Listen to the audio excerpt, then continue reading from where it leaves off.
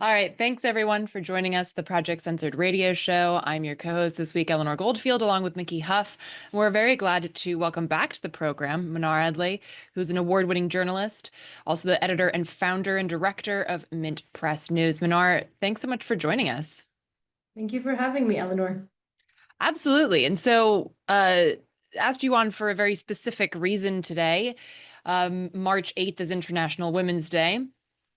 And while many might and will celebrate it in a revolutionary fashion, it's really a kind of a co-opted holiday in a lot of ways, a day to uphold many of the ills that women suffer under, whether that be a patriarchal white supremacist capitalist system or imperialism, colonialism. And so I wanted to start asking you about something that has been termed white feminism. And as Koa Beck, the author of the book White Feminism, put it, quote, white feminism is an ideology. It's a type of feminism that takes up the politics of power without questioning them by replicating patterns of white supremacy, capitalist greed, corporate ascension, inhumane labor practices, and exploitation, and deeming it empowering for women to practice these tenets as men always have. So with that, Mnar, as a Palestinian American and the first woman to wear hijab reporting the news in US media, you're obviously no stranger to finding yourself on the quote unquote wrong side of what the US deems acceptable feminism. Could you talk a little bit about your experiences with that? Of course. Well, first, I'd like to thank you, Eleanor, for having me on today. It's always an honor to be speaking with you, with my sister in the struggle. You've always been someone that I admire and look up to for strength and inspiration in our movement for liberation. And I'm really glad you asked me this question because it's something that not only resonates deeply with me as a Palestinian American woman, but I'm seeing the effects of this to this day since the post 9/11 era specifically.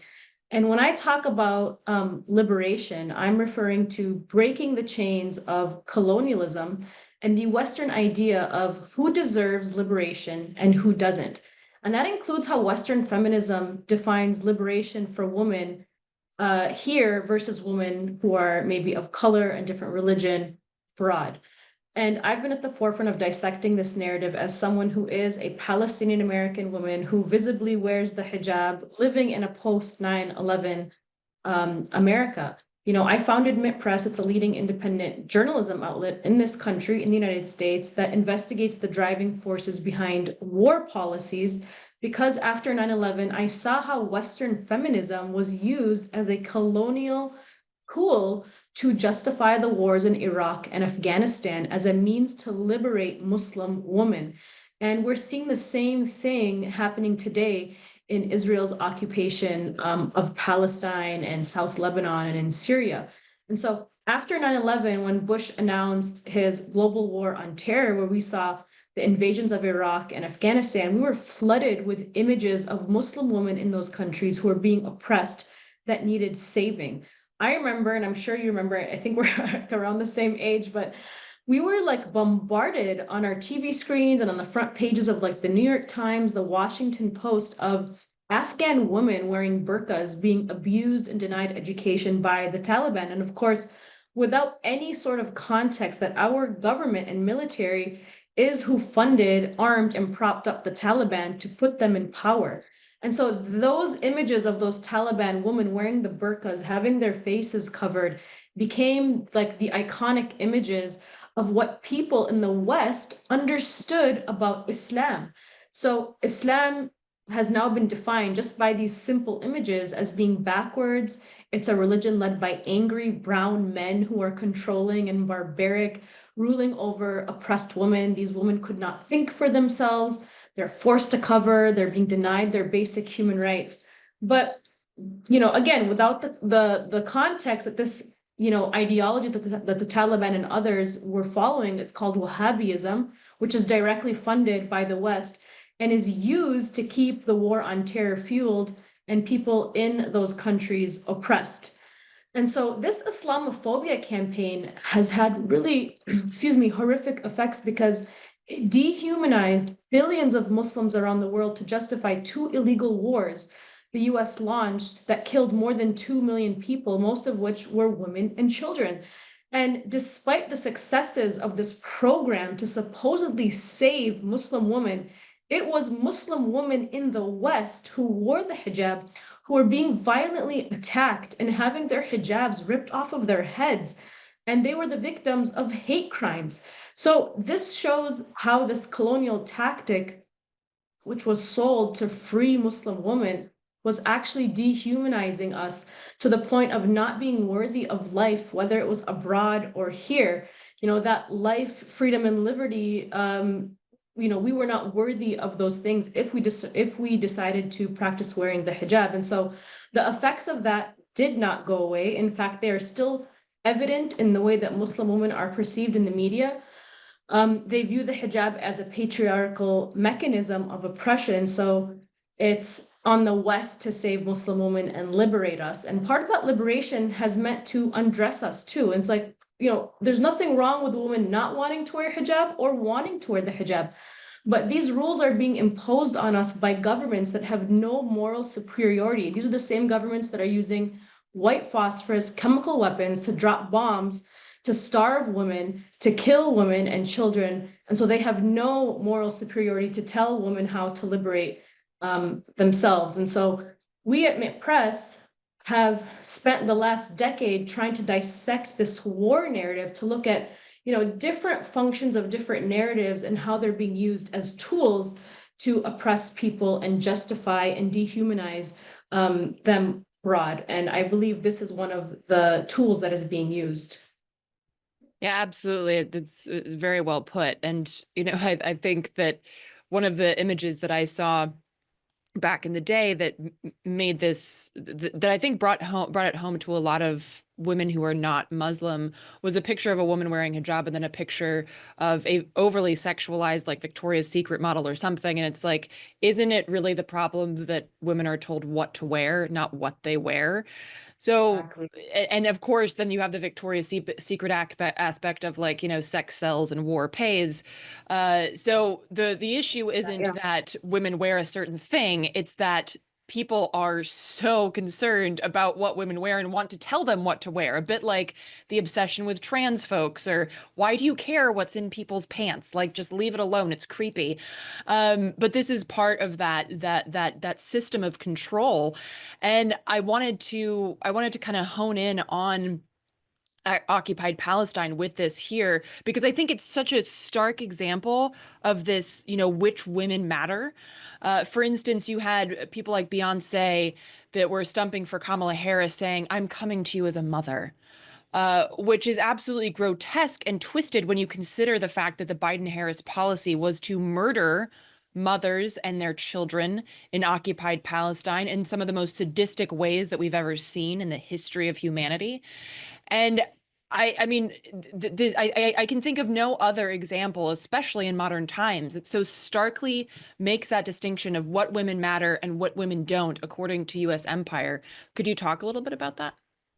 Of course. I mean, we can go back to 1948, or we can go back to October 7th, when we were told that Hamas fighters committed mass rape without providing a shred of evidence. A lot of the news organizations that talked about this mass rape that happened against Israeli women have actually had to retract a lot of their reporting. And so we had the situation where we have the horrors of October 7th, where we were being told that all of these Israeli women were being raped, again, by these barbaric Palestinian brown Muslim men, and they're using rape as a weapon of war without providing that sort of evidence. And then that was used to justify the United States arming Israel to the T, providing every single fighter jet and bomb to drop on civilian homes in Gaza, on schools, on shelters, which targeted disproportionately women and children. I mean, we know that in Gaza, that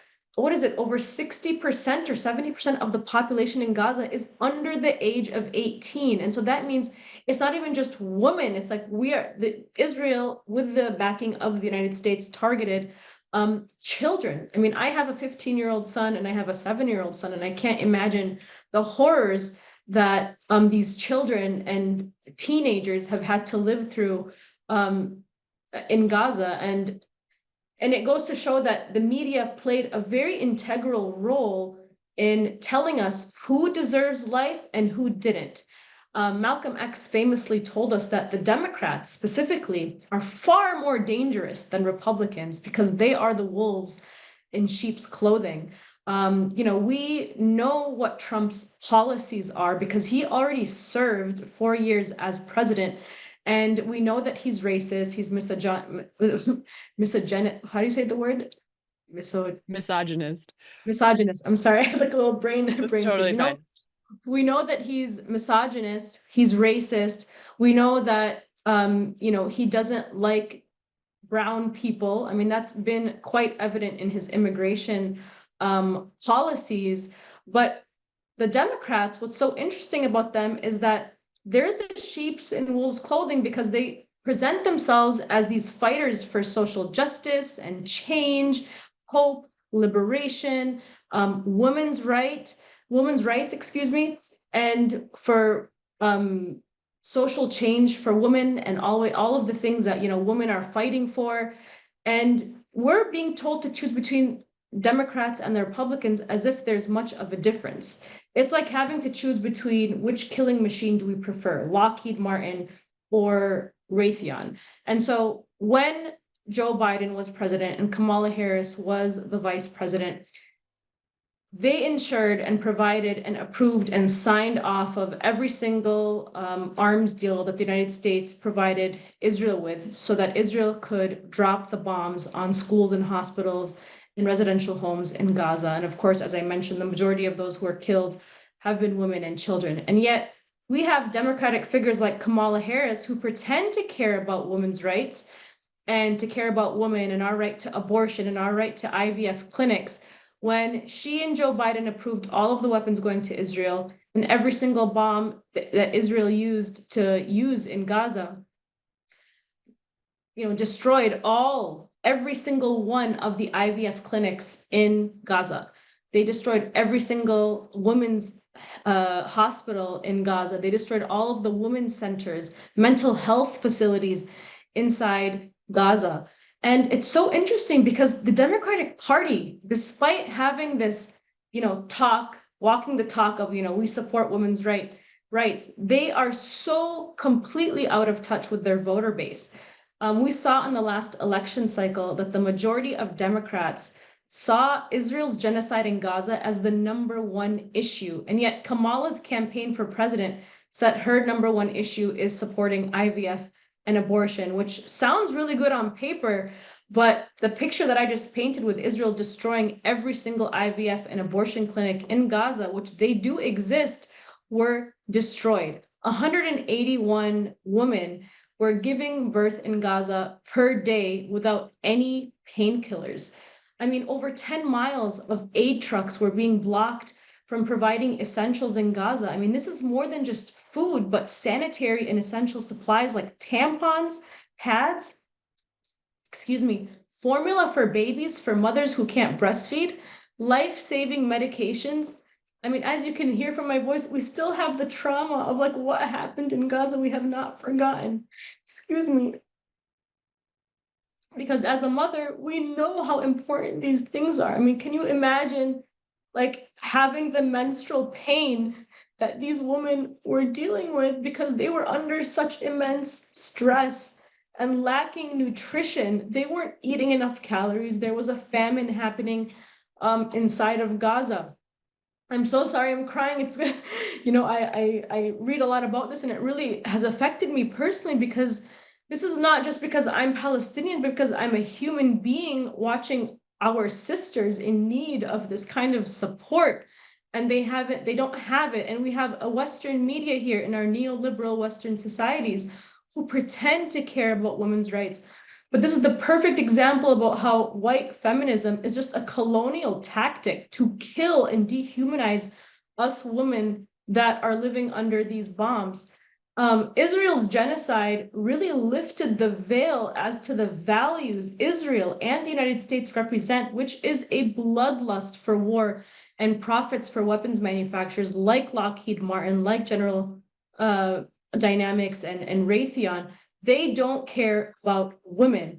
The propaganda balloons have been broken. People across all political fronts, genders, religions, you name it, they now see the truth. But most importantly, they see through the lies of both parties, especially the Democratic Party. And so this last year really revived this kind of international solidarity that we haven't really seen since 2001. And so it's been quite difficult to watch how the media has played an essential role, the same way it played a role in justifying the wars in Iraq and Afghanistan and NATO invasions of Libya, the US genocide, Saudi-backed genocide in Yemen. I mean, all of these wars disproportionately target women and children. Yeah, absolutely. And thank you for sharing that, Mnar. I know that it's like ripping open a wound every time somebody asks It about is. that. Um, and I wanted to, because you mentioned international solidarity, and it is called International Women's Day. And so I'm curious, what would that look like to you in terms of extracting it from the clutches of white imperialist feminism to actually talk about, okay, well, what would this look like if women and their allies across borders were to enact and engage with legitimate solidarity? Well, I think in the last year, I have seen solidarity across all political, religious, gender. I mean, every single front you could think of that might have divided us in the past. People have come together, even people that who, might have even voted for Trump and might be on the conservative side or, whatever. They have all come out, not all, but we've seen like this mass movement to come out and say, that we see the reality of the ground in Gaza. We know the people are suffering. We can't support Israel's war crimes. And, the solidarity has really, really been beautiful. And I think we have to take it to the next level and look at history. What are the things that have worked in the past? And we have movements right now like Palestine Action in the UK that are being led by women, actually.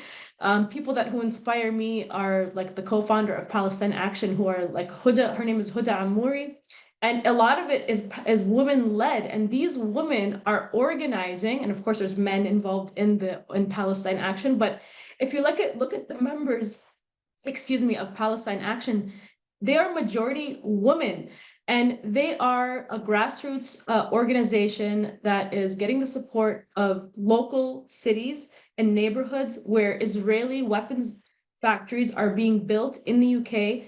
And they are not just protesting against these weapons manufacturers, but they're organizing in a way where they're breaking the windows, breaking down the doors, and bulldozing right into these companies and factories and getting them to shut down. They've been so successful. This is beyond protesting. This is like direct action.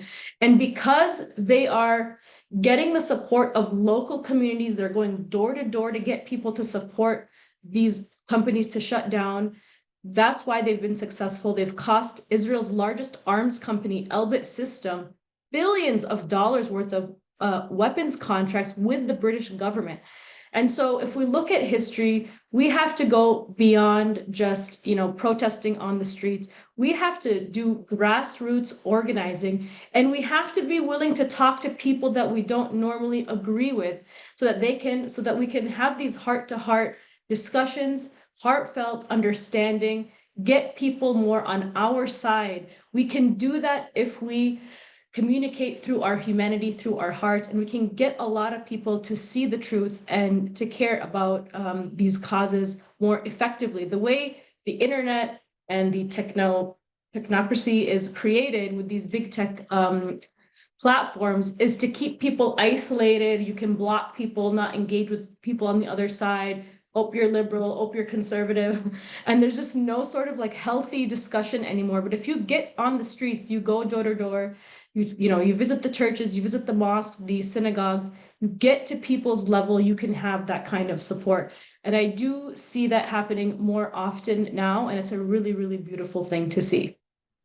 Yeah, absolutely. And I think, as an organizer, it's very frustrating when I see pockets of people that have decided that like, oh, we can only organize with people we really agree with. And I'm like, well, that's not organizing. That's a tea party. And that's great. And I'm glad for you. But you have to in order to organize, you have to reach out and be a bridge for people and sit down with people who you disagree with on a lot of things. And so yeah, I think that that is very important. And before we wrap up here, I wanted to touch on another thing, because there is this side of feminism, and not just white feminism, but I think feminism as it stands still today, even on in some leftist spaces, that dehumanizes men. And I think that this has been particularly stark again with the Palestinian issue. I think Palestine is a lens through which we can see almost any issue, whether that be media or patriarchy, colonialism, etc.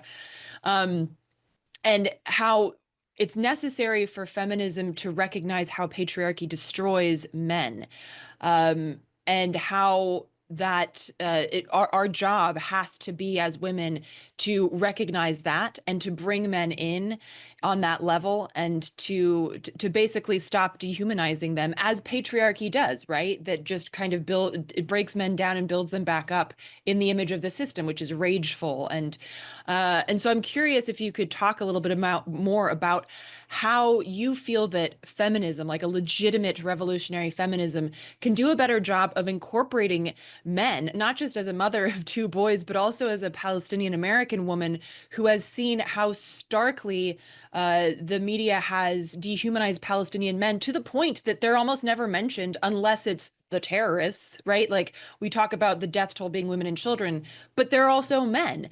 So I was wondering if you could talk a little bit about that aspect of feminism, including men and boys.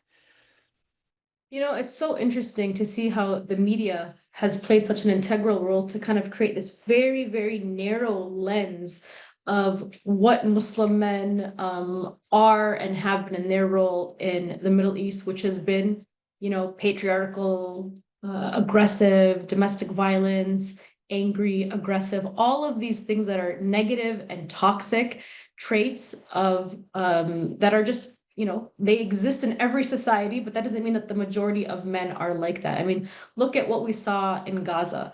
You know, it was the men wearing their flip-flops, the fathers, you know, they were pulling the women and children and other little boys out of the rubble. The surgeons, the male surgeons that were, just crying on screen, talking about the horrors of the things that they've seen children have to go through in the hospital rooms. The fathers that were picking up the pieces of their children, the body parts of their children, their wives, putting them in plastic bags. These are the men of Palestine and Gaza. These are the men that have been carrying the weight of all of the trauma that everybody is going through. They're trying to they're trying to help and save people while also trying to take care of their families for those that did survive, and still make them, take a gentle approach to make their wives and children feel safe. We also saw the videos of, the fathers cuddling with their children. I mean, these are the images of normal men. These are not like different, like this is how they're human beings. And so I personally think that we need to take a holistic approach to creating change, which I believe begins healing um, these generational trauma wounds that we have, because oppression harms the spirit. And this doesn't just affect, Palestinian and Muslim men. Yes, we've been at the, we've taken the brunt of this kind of abuse by the media. But if we look at like a lot of the research in community health and psychology that has affected like Black Americans, Native Americans, and Latino communities who have been victims of like mass incarceration, for example, or state funded and, state sanctioned violence and systematic like discrimination in schools and workplace, healthcare and housing. Due to these conditions, racial and ethnic minorities in the US, just like Muslims and Palestinians, suffer disproportionately from mental and physical illnesses, all linked to stress and trauma. And so that really is where we have to begin and create a safe space for both men and women to come together. And I do see that. I think people are able to see past this narrow lens that the media has created in terms of like the role of men in the movement. But I see men interlocking their hands with the women in the movement, and that's such a beautiful, beautiful thing. And so we need to see more of that by creating that space for each other to feel safe so that we can heal these wounds. And I do believe like my role as a mother who has two boys is to heal that generational trauma. I don't want my sons to be watching the news and media and to have this, to have this subconscious programming about their own selves that there's something wrong with them because they're Palestinian or that they are Muslim. I want them to feel empowered. And I feel like that really starts with the parents, of course. Like myself, I have privilege to live in this country, to have the ability to heal those wounds. Yes, I am traumatized by the things that I lived through under Israeli occupation and apartheid, and I'm deeply, deeply wounded by the images that I saw coming out of Gaza. But I also have this privilege living in this country to be able to, peel each layer of trauma and wounding that I have so that I can ensure that I don't pass on that trauma to my boys and to ensure that I create a safe space at home for them so that they can always, because, healing always, of course, starts with safety. And so creating that safe space for them. And it all starts with healing my own self so that my boys can lead the next generation of men who are healed. They're still aware of the world's ills, but at least they have the correct tools and they feel empowered to deal with them. Yeah, absolutely. As the mother of a son, I absolutely agree with that 100%. And Mnar, thank you so much for taking the time and the energy, absolutely, to sit down with us and discuss this very important topic. And I wish everyone a very revolutionary and non-white supremacist and imperialist International Women's Day. Thank you.